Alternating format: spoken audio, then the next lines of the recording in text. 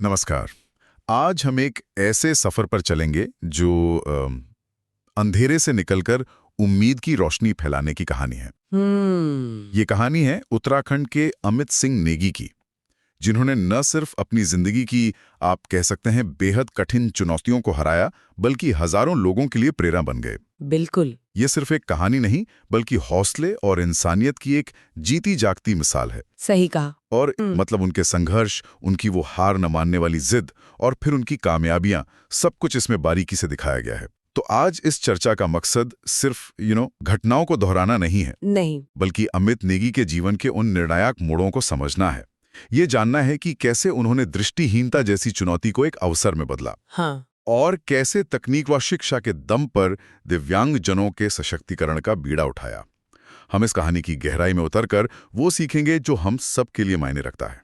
हाँ, और इसमें सबसे ध्यान देने वाली बात यह है कि कैसे एक गहरा व्यक्तिगत दुख, एक निजी त्रासदी समाज में बदलाव लाने की इतनी बड़ी ताकत बन सकती है। सही। अमित नेगी की जिंदगी वाकई में अंधेरे से उजाले का सफर है, लेकिन ये सिर्फ उनका निजी सफर नहीं है। ये दिखाता है कि मुश्किल हालात में भी राह कैसे बनाई जा सकती है। बिल्कुल। तो चलिए इस प्रेरणा देने वाले सफर की और गहराई से पड़ताल करते हैं। जरूर। तो शुरुआत करते हैं उनके बचपन से। अमित का जन्म हुआ 3 अगस्त 1990 को उत्तराखंड के टिहरी जिले का एक छोटा सा गांव है सौड़, वहां। लेकिन उनका शुरुआती बचपन देहरादून के पास कालसी ब्लॉक में गुजरा। 8वीं तक की पढ़ाई वहीं एक सामान्य अंग्रेजी माध्यम स्कूल में हुई। सुनने में तो ये एक आम शुरुआत लगती है ना? हाँ, ऊपर से देखने पर तो आम ही लगती है, लेकिन मुश्किलें शुरू से ही थीं। परिवार बाद में डाक पत्थर शिफ्ट हो गया। अच्छा। और अमित का दाखला फिर हुआ सरस्वती विद्या मंदिर इंटर कॉलेज में। यहीं से कह सकते हैं आर्थिक तंगी का दौर शुरू हुआ। पिता की कोई स्थायी नौकरी नहीं थी। हालात इतने चुनौतीपूर्ण थे कि अमित को बहुत कम उम्र में ही अपनी पढ़ाई बीच में छोड़नी पड़ी। हाँ, पहले एक एसटीडी बूथ और फिर एक पैथोलॉजी लैब में काम करना पड़ा। तो ये दिखाता है कि जिम्मेदारी का बोझ उन पर बहुत जल्दी आ गया था। ये तो सिर्फ शुरुआत थी। जी। असल परीक्षा तो मुझे लगता है तब शुरू हुई जब एक हादसे ने उनकी आंखों की रोशनी पर गहरा असर डाला। जी। ये उनके जीवन का पहला बड़ा झटका था। जी, ये एक बहुत दर्दनाक मोड़ था। उनकी आंखों की रोशनी बहुत कम हो गई थी। दिल्ली के एम्स जैसे बड़े अस्पताल में 3 ऑपरेशन भी हुए। 3 ऑपरेशन? हाँ, लेकिन नतीजा कुछ खास नहीं निकला।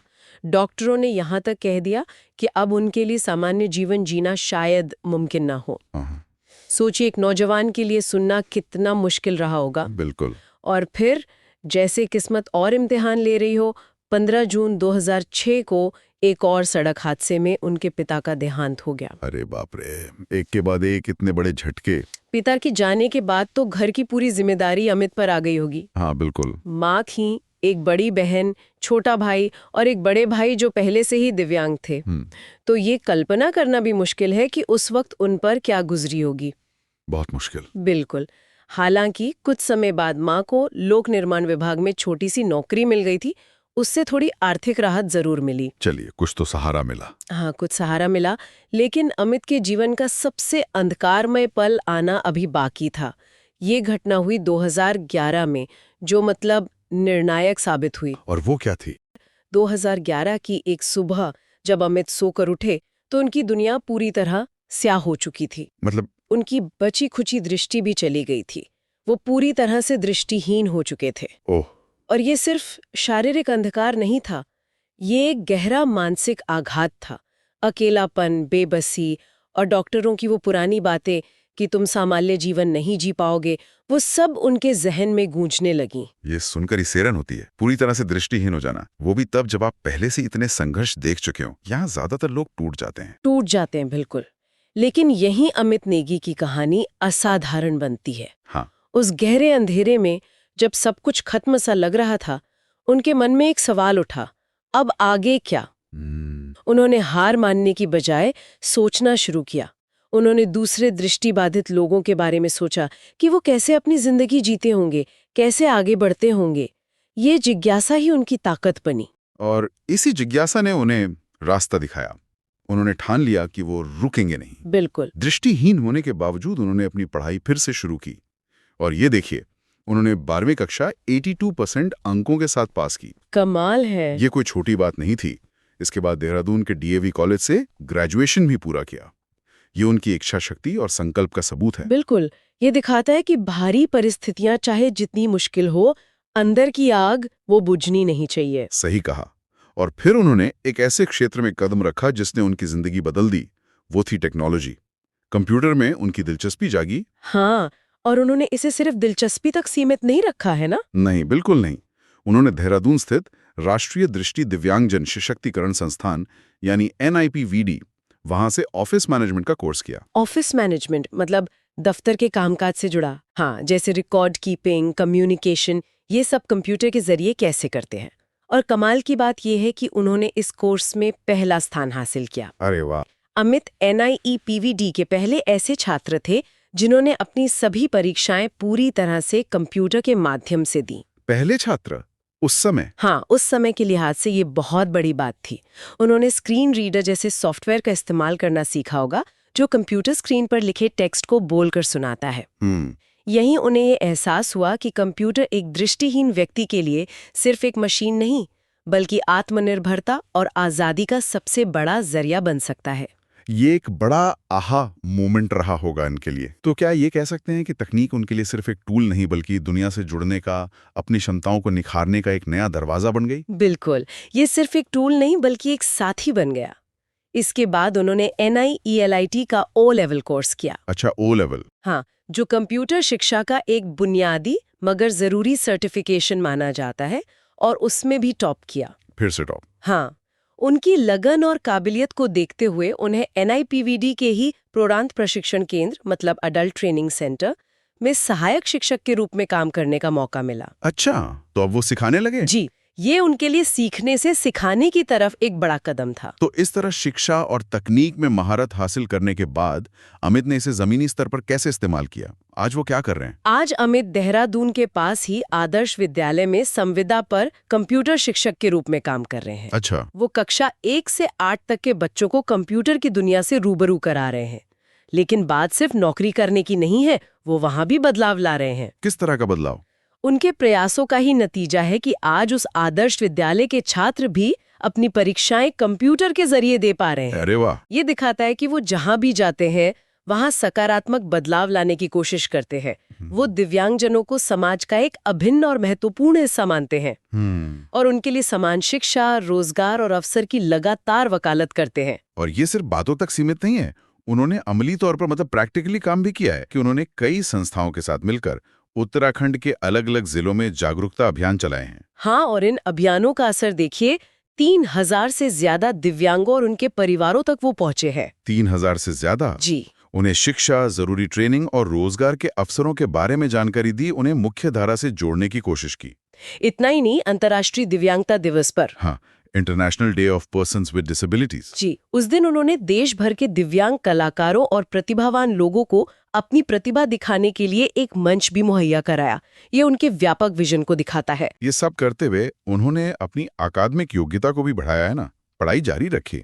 जी हाँ, ये भी उनकी दूरदर्शिता दिखाता है। उन्होंने महसूस किया कि सामाजिक कार्य को और प्रभावी बनाने के लिए गहरी समझ जरूरी है।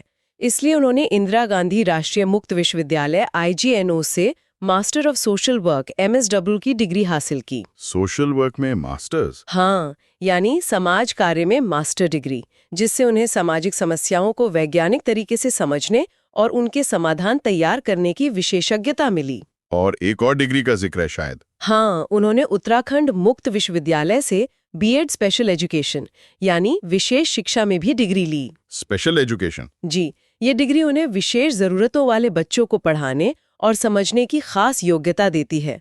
10 साल से ज्यादा के उनके अनुभव और इन योग्यताओं के आधार पर उन्हें उत्तराखंड सरकार द्वारा प्रतिष्ठित राज्य दिव्यांग पुरस्कार से भी सम्मानित किया गया है। वाह, राज्य स्तर का सम्मान! जी, और इसके अलावा भी कई संस्थाओं ने उनके काम को सराहा है। अब आते हैं उनके एक बहुत ही महत्वपूर्ण और महत्वाकांक्षी प्रोजेक्ट पर, देवभूमि दिव्यांगजन गुरुकुल, DDG जिसे कहते हैं। हाँ, DDG। इसकी शुरुआत 2020 में कोरोना महामारी के दौरान हुई थी। ये क्या है और इसका मकसद क्या है? DDG अमित का एक सपना है जिसे उन्होंने हकीकत में बदला है। ये एक ऑनलाइन प्लेटफॉर्म है। ऑनलाइन? हाँ, ऑनलाइन, जिसका मुख्य उद्देश्य आर्थिक रूप से कमजोर दृष्टिबाधित छात्रों को मुफ्त में कंप्यूटर का प्रशिक्षण देना है।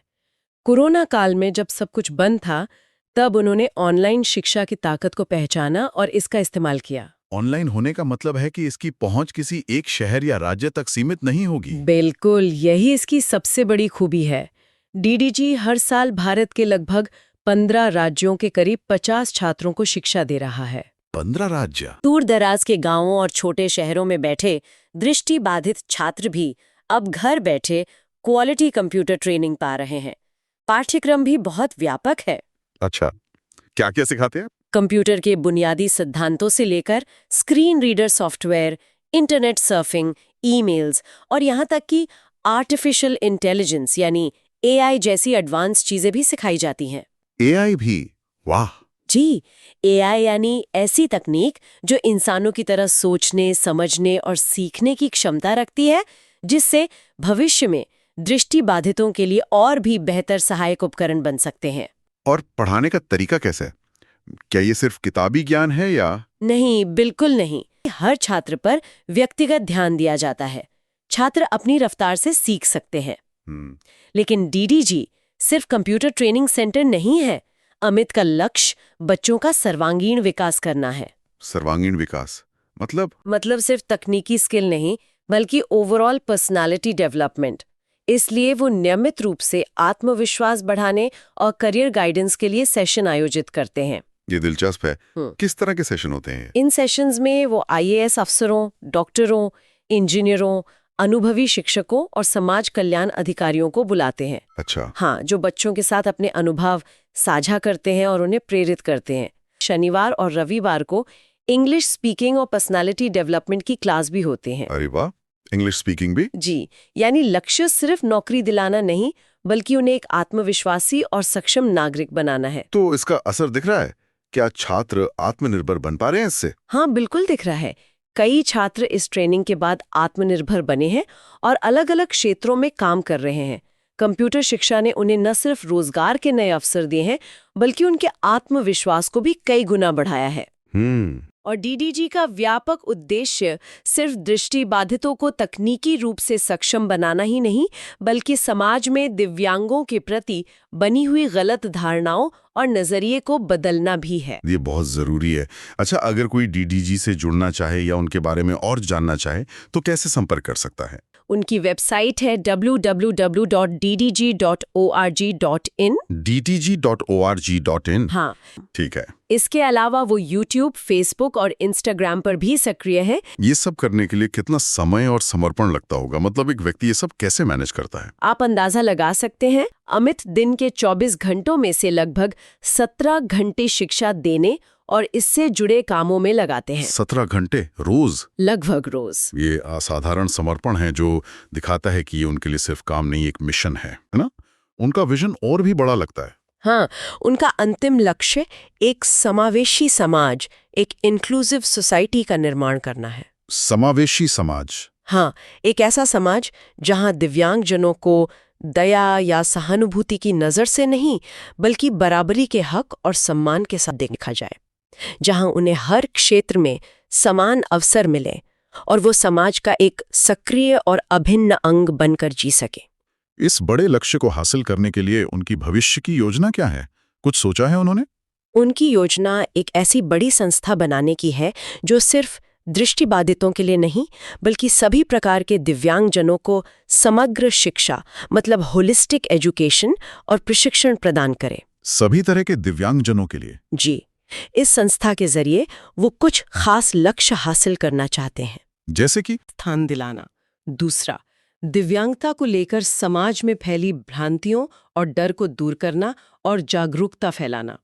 तीसरा, दिव्यांगजनों के कौशल और योग्यता के अनुसार उन्हें सही रोजगार के अवसर उपलब्ध कराना। और चौथा, जो बहुत महत्वपूर्ण है, वो नियोक्ताओं यानी कंपनियों और संस्थानों को इस बात के लिए प्रशिक्षित करना कि वो दिव्यांग कर्मचारियों को काम पर रखने और उनके साथ प्रभावी ढंग से काम करने में सहज महसूस करें। ये वाकई एक दूरदर्शी सोच है। सिर्फ दिव्यांगजनों को तैयार करना काफी नहीं है, समाज और खासकर एम्प्लॉयर्स को भी तैयार करना होगा। बिल्कुल, तभी सच्ची समावेशिता आ सकती है। और अंत में अमित का एक संदेश भी है, खासकर टेक्नोलॉजी को लेकर, जो आज हम सबके जीवन का हिस्सा है। क्या संदेश है उनका? वो कहते हैं कि तकनीक को सिर्फ एक मशीन या उपकरण की तरह ना देखें। ये एक साथी है, एक दोस्त है जो आपके सपनों को पंख लगा सकती है। तकनीक एक साथी। हाँ, परिवार का साथ बेशक बहुत जरूरी है, लेकिन तकनीक आपको आत्मनिर्भर बनाकर और ज्यादा सशक्त बना सकती है। उनका आह्वान है कि हम, खासकर जो किसी चुनौती का सामना कर रहे हैं, तकनीक को अपनाएं, उसे सीखें और उसकी मदद से अपने लिए एक बेहतर भविष्य बनाएं। तो अमित सिंह नेगी की ये कहानी हमें यही सिखाती है कि जीवन चाहे कितनी भी कठिन परीक्षा ले, अगर हौसला, सही दिशा और सही साधनों जैसे शिक्षा और तकनीक का साथ हो, तो न सिर्फ अपनी तकदीर बदली जा सकती है, हाँ, बल्कि हजारों और लोगों की जिंदगी में उम्मीद की किरण जगाई जा सकती है। उनकी यात्रा सचमुच अंधकार से उजाले की ओर की एक प्रेरणादायक मिसाल है। हाँ, और ये कहानी हमें सोचने पर मजबूर करती है।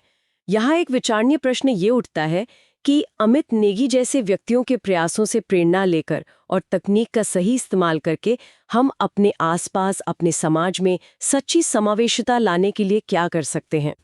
स्थानीय स्तर पर ऐसी पहलों को बढ़ावा देने या उनका समर्थन करने के लिए कौन से छोटे मगर प्रभावी कदम उठाए जा सकते हैं, जिन पर हमें विचार करना चाहिए?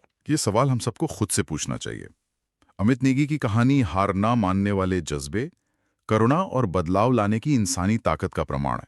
यह हमें याद दिलाती है कि हर चुनौती अपने साथ एक अवसर